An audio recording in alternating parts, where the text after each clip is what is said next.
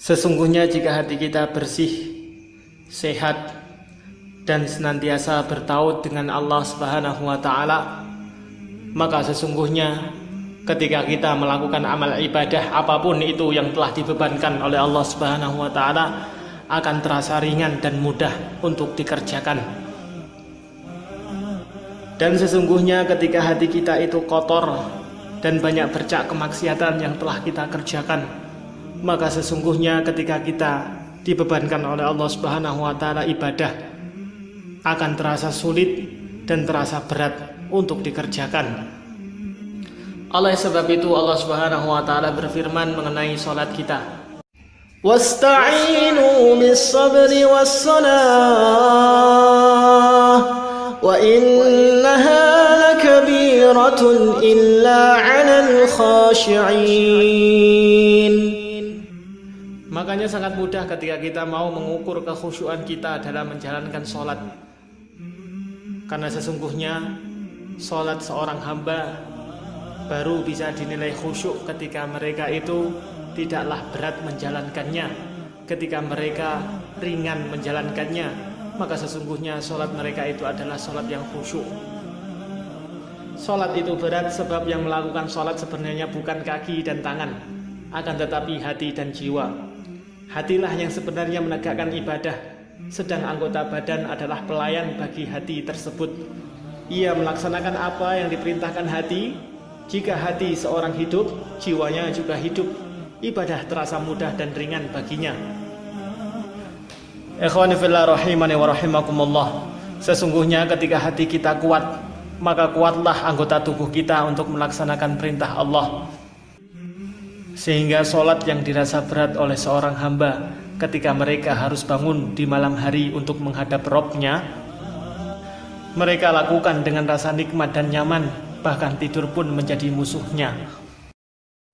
Tatajafa junubuhum 'anil madaji'i yad'una rabbahum khawfan wa tama'an wa mimma razaqnahum yunfiqun. Bahkan ketika mereka bertemu dengan bulan Ramadan, mereka sholat di belakang imam. Imam membaca 2-3 juz dalam Al-Quran. Namun dia berkata dalam dirinya, andaikan imam memanjangkan bacaannya, lebih dari ini pastilah kami akan bertambah ketenangan, kemanisan dan kelezatan yang kami dapatkan dalam ibadah ini. Kemudian Syekh Abdullah Azam pernah bercerita, pernah ketika beliau mengimami sholat orang-orang seperti biasa, kemudian beliau memanjangkan sholatnya. Selesai sholat, ada anak-anak muda datang mendekat dan mengatakan kepada beliau, barang siapa mengimami sholat, hendaklah dia meringankan sholatnya. Anak-anak muda. Sedangkan di belakang Syekh Abdullah Azam itu ada orang tua, umurnya antara 70 dan 100 tahun, wajahnya bercahaya. Kemudian orang tua yang ada di belakang Syekh itu mengatakan, panjangkan saja, jangan kau pedulikan kata-kata mereka. Masya Allah. Kemudian Syekh Abdullah Azam mengatakan, lelaki 70 tahunan merasakan sholat yang lama adalah nikmat, sedangkan pemuda 20 tahunan, pemain karate dan judo, memandang sholat yang lama amatlah berat. Mengapa?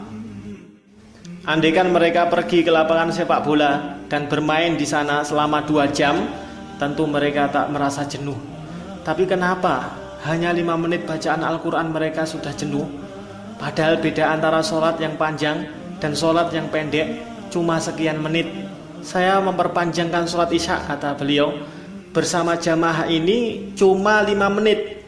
Beda 5 menit dengan sholat isya, saya yang pendek kiroahnya. Mengapa mereka menganggap berat waktu 5 menit namun tidak menganggap berat 2 jam bermain sepak bola? Sebab yang berdiri dalam sholat adalah hati, sedangkan di lapangan adalah badan. Badan ada, karate dan otot-otot menunjangnya. Makanya 2 jam main bola tidak merasa bosan. Tapi 10 menit berdiri untuk salat, ini dirasakan berat. Mengapa? Berdiri 2 jam untuk menonton bola tidak membosankan. 1,5 jam ia berdiri. Jika tempat duduk di stadion penuh, Dia siap berdiri 2 jam melihat kemana saja bola itu berlari. Hatinya terpaut dan lekat padanya. Sesungguhnya setan telah mengikat badannya dengan tali kekang.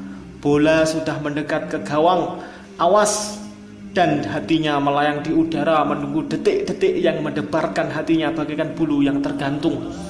Jika angin bertiup, ia terbang ke arah mana angin tersebut bertiup, karena hatinya bagaikan bulu yang tergantung di angin. Mengapa ia betah duduk di stadion bola 2 jam, padahal urat sarafnya tegang dan sering menahan napas? Sementara jika khotib Jumat berkhutbah setengah jam menyampaikan ayat-ayat Al-Quran dan hadis-hadis Nabi Sallallahu Alaihi Wasallam yang menyinggung hari kiamat, dia tidak mau duduk atau tak betah duduk. Engkau duduk di masjid terlindung dari panas matahari, dan di lapangan bola kadang-kadang tidak ada atap tempat berteduh. Di masjid terdapat banyak kipas angin, bahkan terdapat AC, sedangkan di sana tak ada AC. Di sana malaikat tak bersamamu, sedangkan di masjid malaikat selalu bersamamu. Ketenangan turun kepadamu dan rahmat akan meliputimu, tetapi engkau lebih memilih berlama-lama di lapangan bola dibandingkan engkau berlama-lama di masjid, rumah Allah Subhanahu wa ta'ala. Bahkan terkadang ada seorang yang berdiri kemudian dia mengatakan kepada khotib, di antara tanda kealiman seseorang adalah pendek khutbahnya dan panjang sholatnya. Engkau tak kuat menahan daripada khutbah yang disampaikan oleh khotib, tak tahan mendengarkan khutbah yang panjang, tak juga sholat yang panjang. Mengapa? Sebab hatimu kosong. Dan lihatlah bagaimana Allah Subhanahu wa ta'ala menjelaskan tentang perihal hati yang kosong. وَلَا تَحْسَبَنَّ اللَّهَ غَافِلًا عَمَّا يَعْمَلُ الظَّالِمُونَ إِنَّمَا يُؤَخِّرُهُمْ لِيَوْمٍ تَشْخَصُ فِيهِ الْأَبْصَارُ مهطعين مقنعي رؤوسهم لا يرتد إليهم طرفهم وأفئدتهم هواء. Dan janganlah sekali-kali kamu Muhammad mengira bahwa Allah lalai dari apa yang diperbuat oleh orang-orang yang zalim. Sesungguhnya Allah memberi tangguh kepada mereka sampai hari yang pada waktu itu mata mereka terbelalak. Mereka datang bergegas-gegas dengan mengangkat kepalanya, sedang mata mereka tidak berkedip-kedip dan hati mereka kosong. Ikhwani fillah, karena hati kosong, tidak teguh, takut, ia bergetar dan bergoyang jika tertiup angin. Hatinya gemetar manakala penanggung jawabnya memarahinya, manakala penguasa memarahinya, manakala para petugas intel memarahinya dan mengangkat dakwaan yang tertuju kepadanya dan sebagainya.